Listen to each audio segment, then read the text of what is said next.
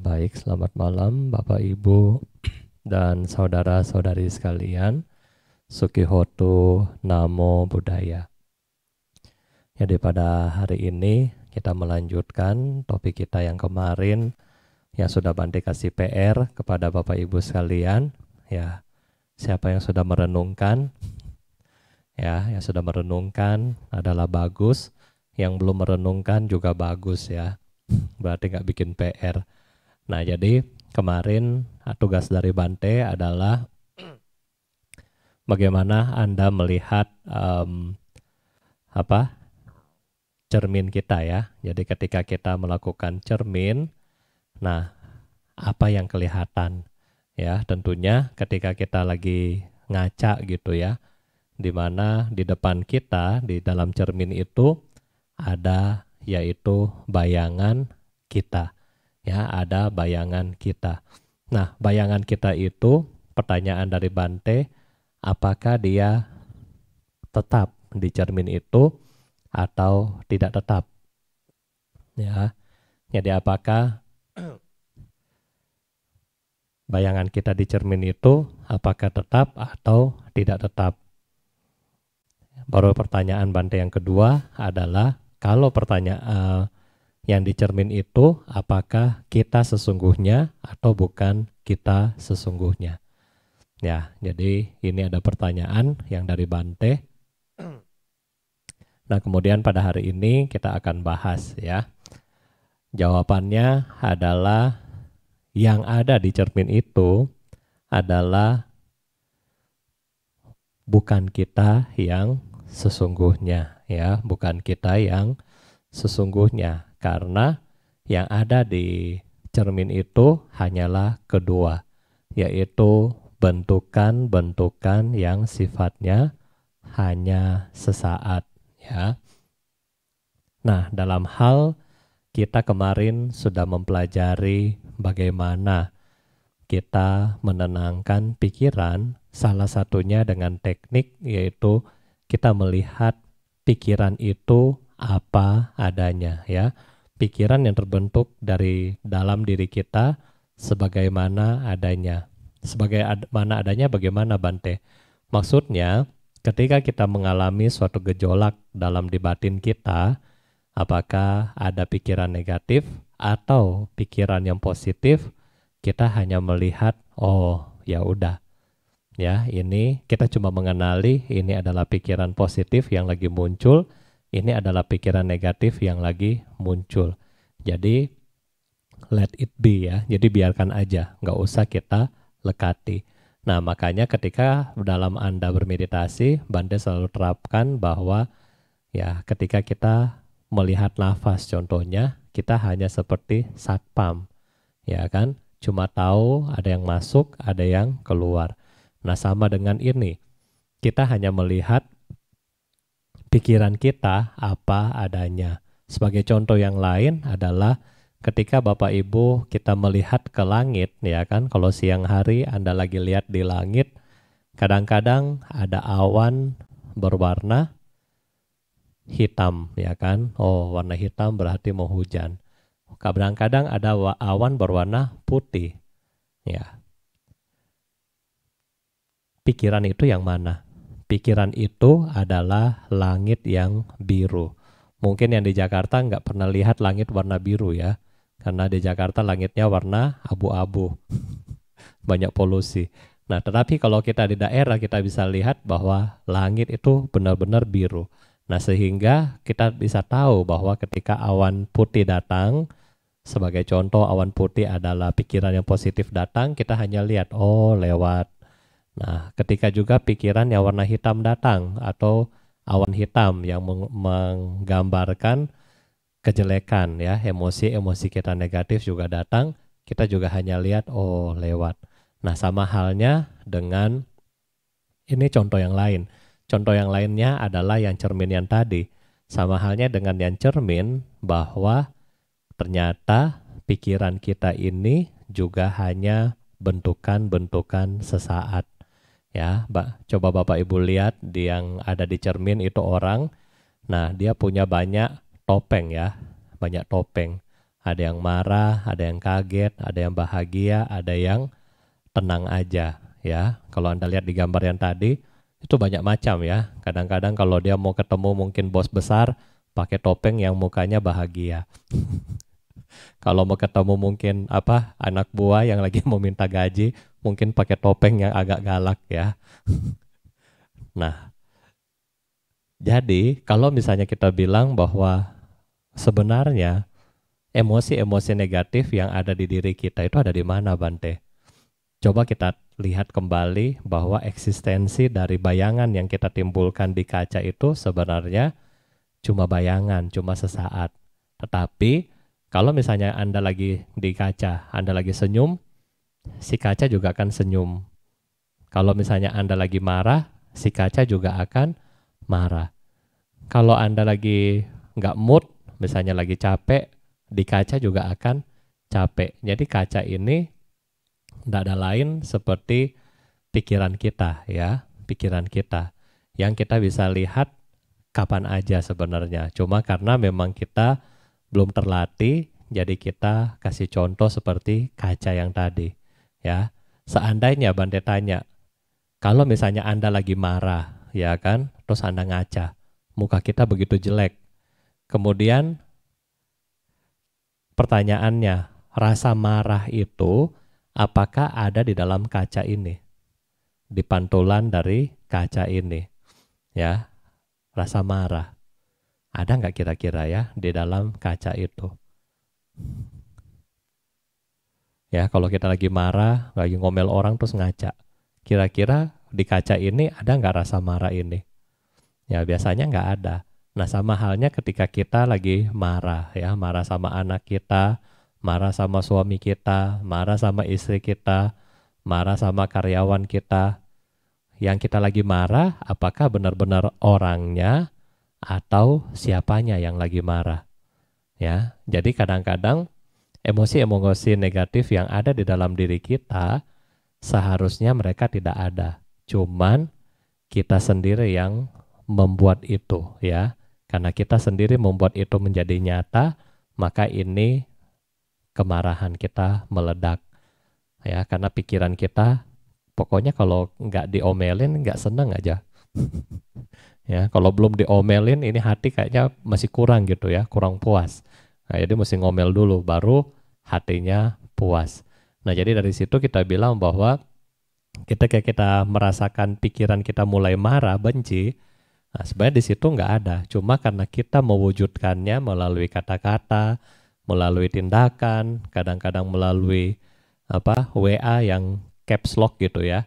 Nah, huruf besar semua, sudah huruf besar di bold lagi, dikasih tebel lagi gitu ya. Nah itu, jadi dari situlah menunjukkan kita marah. Sebenarnya rasa marah, iri hati, kesombongan kita itu sebenarnya nggak ada di dalam pikiran, itu nggak nyata. Cuma kita sendiri yang mau membuat itu. Makanya sangat penting ketika kita bermeditasi, kita menenangkan pikiran kita sendiri, bagaikan kita lagi ngaca ya.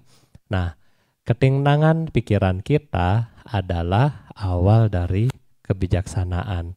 Makanya kenapa kita membahas dhyana parami atau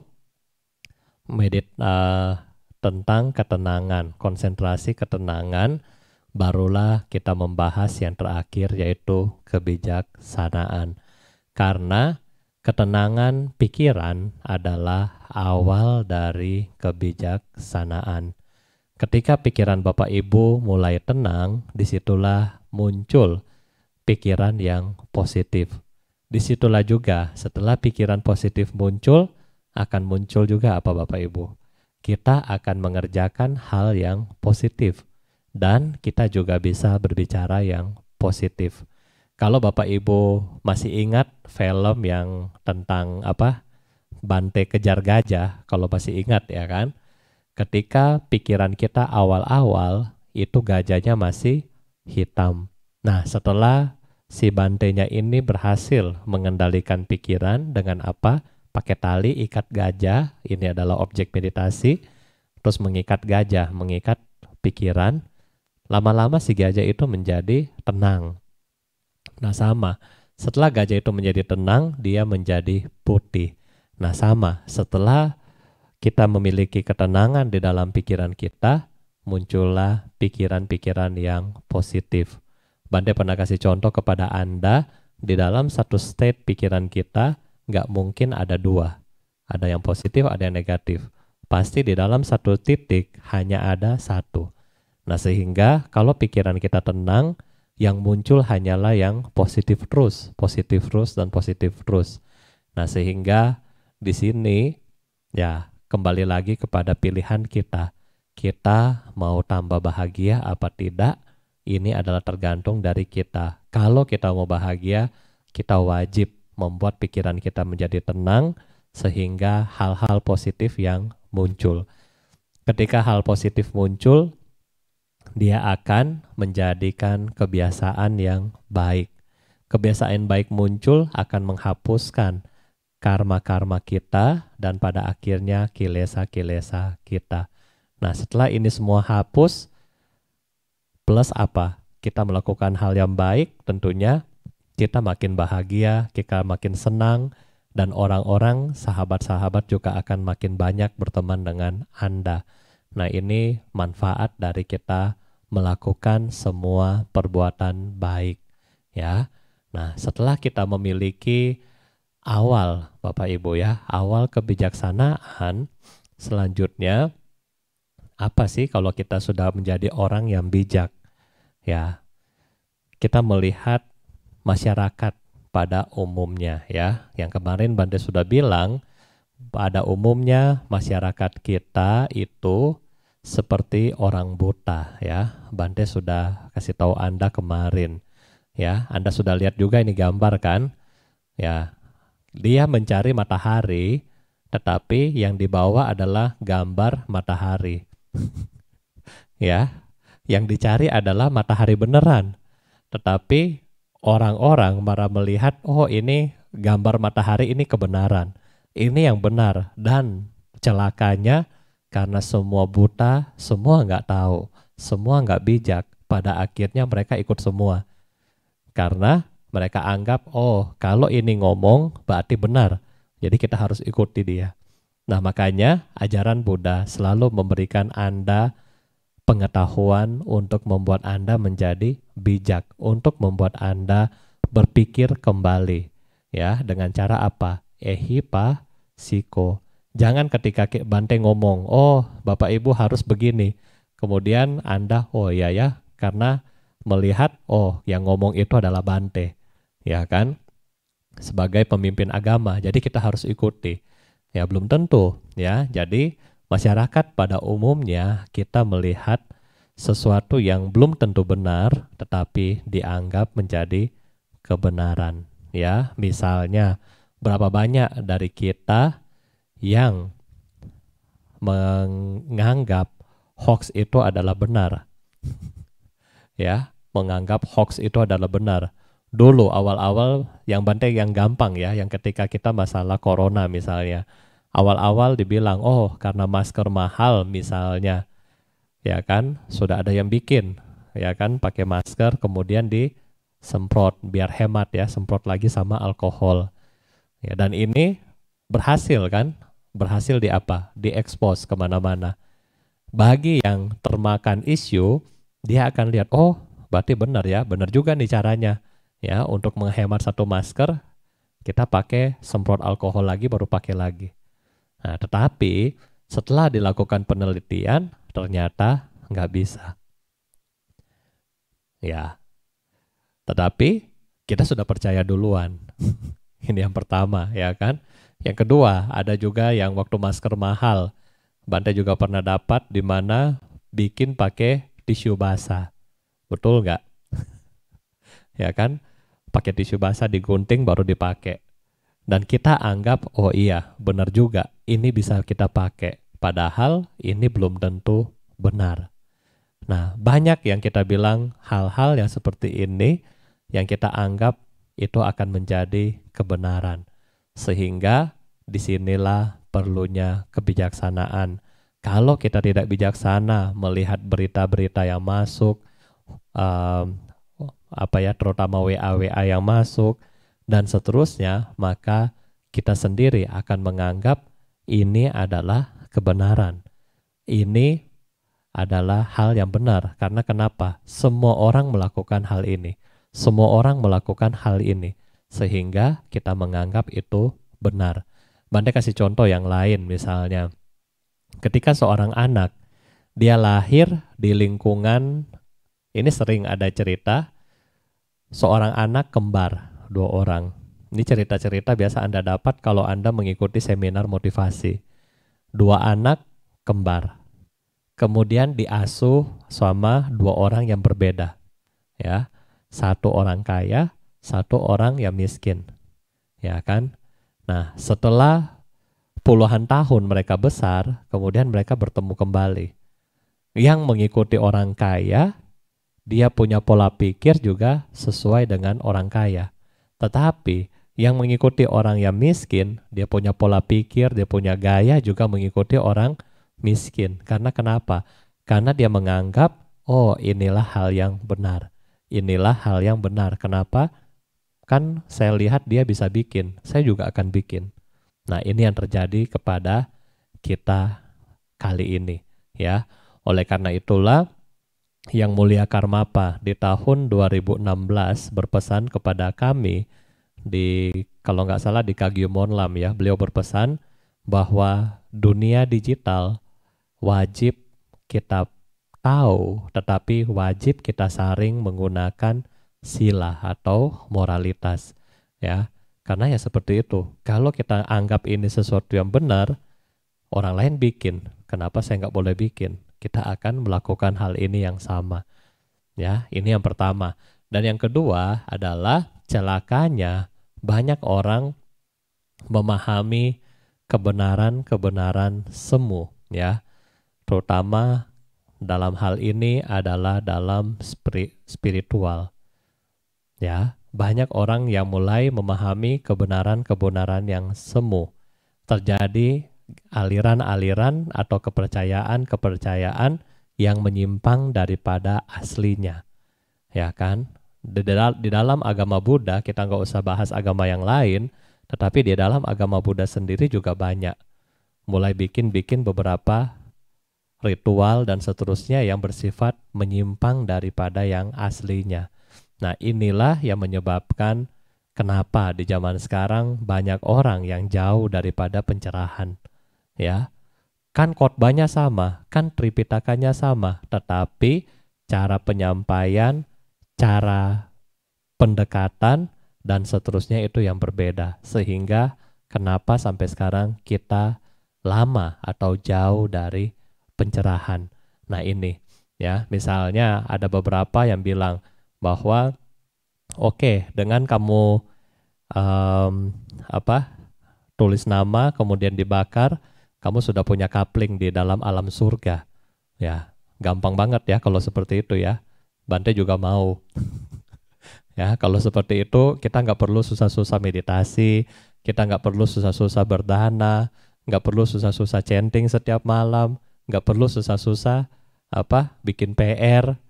Kita itu aja, bakar nama, taruh di depan Buddha, bakar nama, dan kita lahir di alam surga. Ya, jadi nggak bisa seperti itu. Jadi segala sesuatu harus kita berusaha. Nggak mungkin Bapak Ibu kita nanam biji duren hari ini, besok langsung jadi pohon duren yang berbuah duren. Itu nggak mungkin.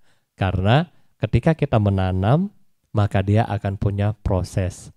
Ya kan, dari tanam, tumbuh tunas, ya, tumbuh jadi pohon, jadi banyak daun, mulai berbunga sampai jadi duren.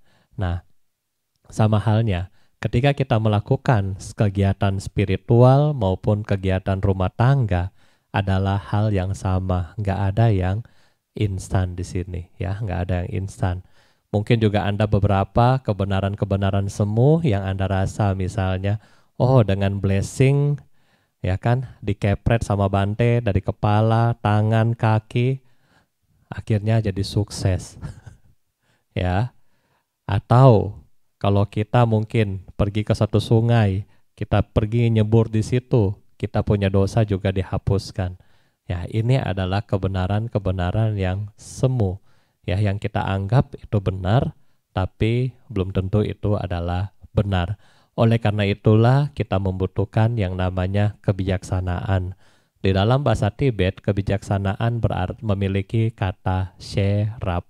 Ya, she artinya dia, rap artinya mengetahui. Berarti orang yang bijaksana adalah orang yang mengetahui. Inilah alasan kenapa Bapak Ibu harus menuntun diri Anda menjadi orang yang bijaksana. Dan perlunya kita memiliki kebijaksanaan adalah untuk apa sih Bante? Untuk mengubah pola pikir, mengubah proses, memiliki hasil yang maksimal, dan pada akhirnya merupakan jalan pencerahan itu sendiri. Bapak Ibu bisa lihat di dalam gambar ini terdapat 5 orang, ya kan? Dari 5 orang ini disuruh mendorong, ya kan? Mendorong. 4 orang itu balok, dia dorong. Ya capek atau ya kalau kita dorong pakai balok. Nah yang satu dia pinter dibikin apa? Baloknya dipahat dulu, kemudian dijadiin bola sehingga gampang untuk didorong. Itulah kebijaksanaan. Ya, ketika Bapak Ibu memiliki kebijaksanaan, ya Bapak Ibu memiliki hasil yang lebih maksimal daripada orang yang lain, ya. Jadi, bagaimana untuk kita menjadi bijaksana? Bapak Ibu hanya mengubah yang namanya pola pikir, mengubah proses. Ini dulu yang kita ubah, ya kan? Mengubah pola pikir. Yang pertama, mengubah pola pikir. Bagaimana Bante contohnya? Dalam hal duniawi, ini Bante cerita dalam hal duniawi dulu aja ya. Dalam hal duniawi, mengubah pola pikir. Ini akan sangat susah bagi orang tua yang mungkin sekarang berusia 50 tahun ke atas. Ya. Dan anak-anak yang hidup di zaman milenial. 25 tahun ke bawah, 30 tahun ke bawah. Ini banyak yang terjadi termasuk di dalam bisnis. Misalnya di dalam pola pikir yang lama, semua Anda lakukan secara manual. Ya kan? Misalnya total barang yang ada di gudang nggak pernah dihitung. Pokoknya cuma tahu jual barang, barang sudah tinggal sedikit beli, jual barang tinggal sedikit beli, jual barang tinggal sedikit beli. Ini adalah sistem yang manual. Tetapi ketika Bapak Ibu kasih sekolah anak Anda, misalnya, ya let's say Anda suruh anak Anda sekolah. Ketika dia mempelajari, oh cara buat sistem adalah seperti ini dan seterusnya.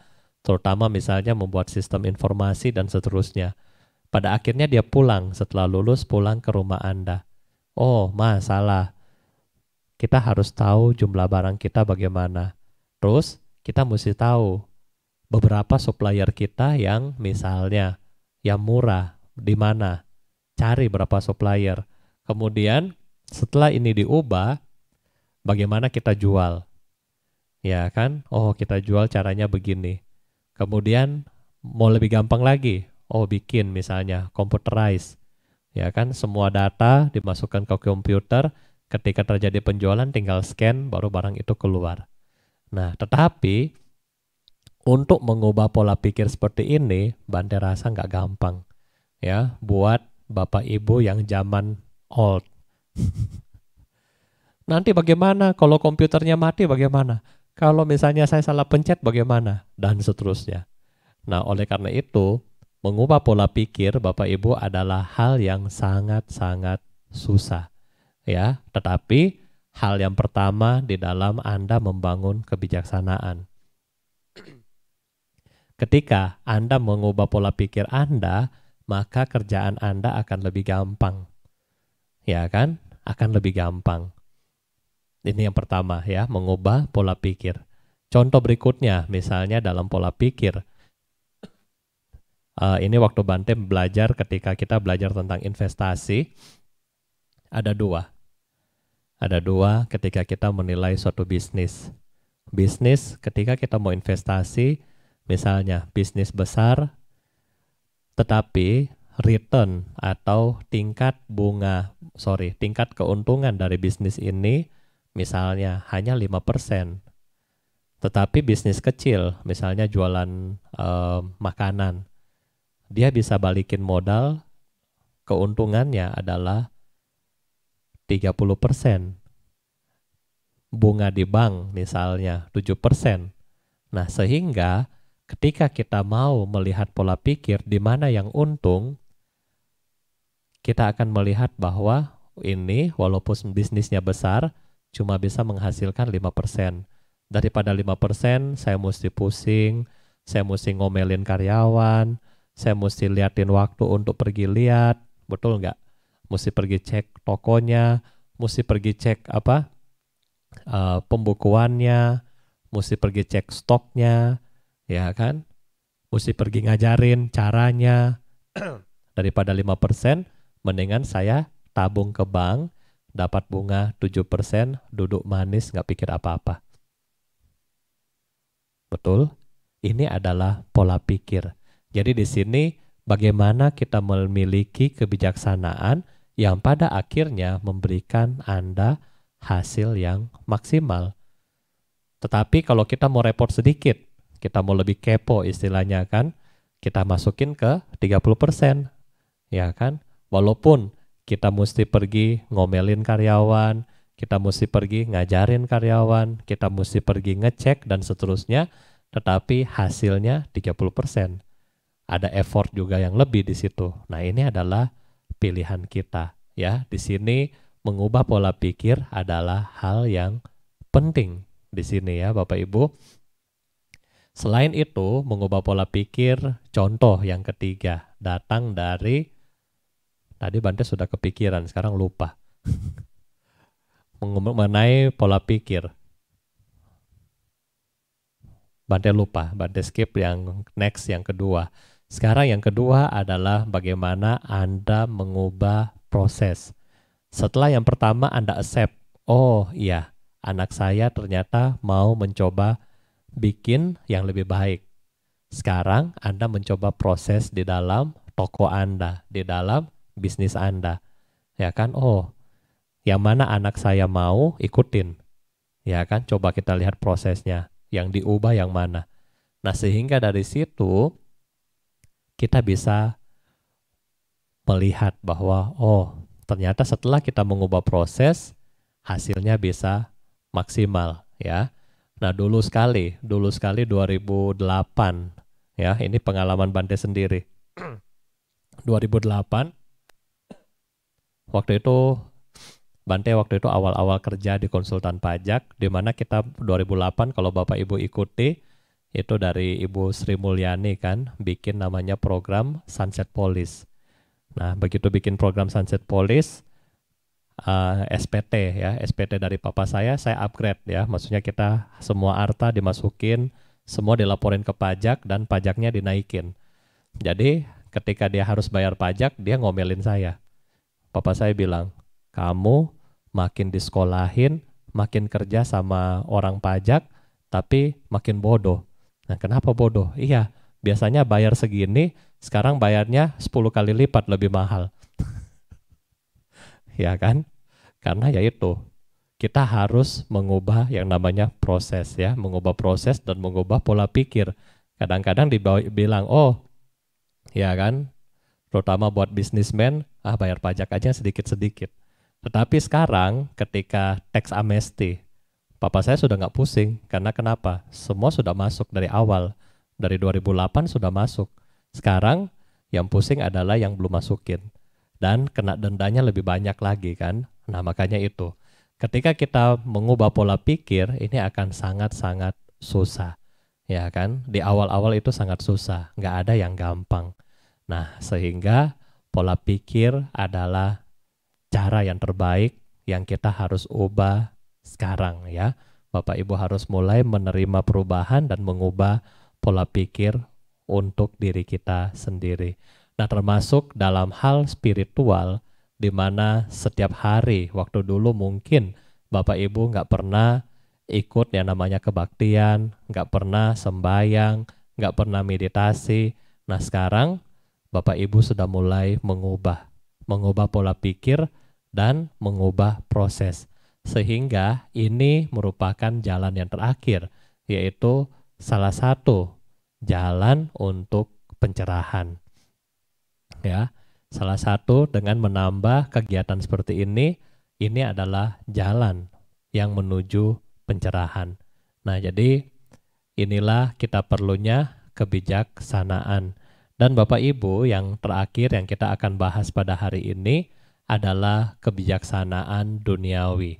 Ya, kebijaksanaan ini ada banyak, dan hari ini kita hanya membahas sampai di kebijaksanaan duniawi, di mana kebijaksanaan duniawi di state untuk menemukan kepuasan, menemukan kesejahteraan.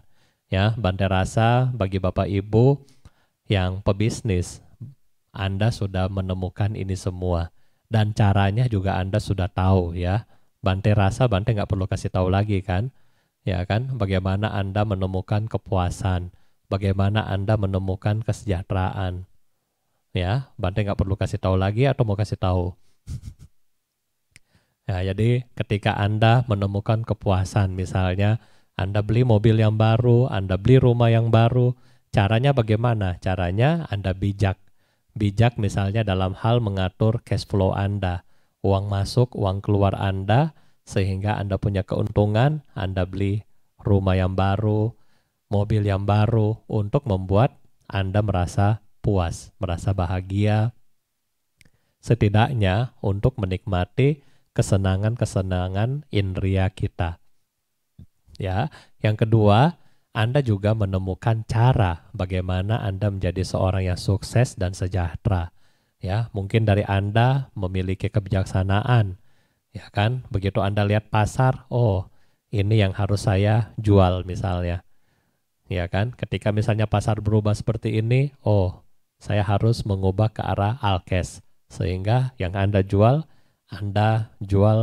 barang-barang alat kesehatan. Karena ini ada Bante punya umat satu, biasanya kalau Bante pindah patah ya di City Resort, nah cici-cici ini jualan mie. Ya, nah sekarang waktu pandemik dia cepat, dia langsung berubah, jual alat-alat kesehatan. Nah dari situ dia mendapatkan keuntungan yang lebih banyak daripada dia menjual makanan waktu dulu. Nah ini, jadi ini adalah kebijaksanaan duniawi. Bagaimana Anda dengan sigap merespon ketidakkekalan ya dalam bisnis, kemudian Anda survive untuk itu. Nah ini ya, Bante rasa Bapak Ibu di sini sudah jago semua untuk masalah bisnis, masalah kepuasan duniawi dan seterusnya. Jadi Bante nggak perlu bahas lebih lanjut. Ya, jadi ini akhir untuk hari ini. Semoga bisa dipahami, dan ya nanti kalau misalnya ada pertanyaan, Bapak Ibu bisa kirim WhatsApp ke nomor call center.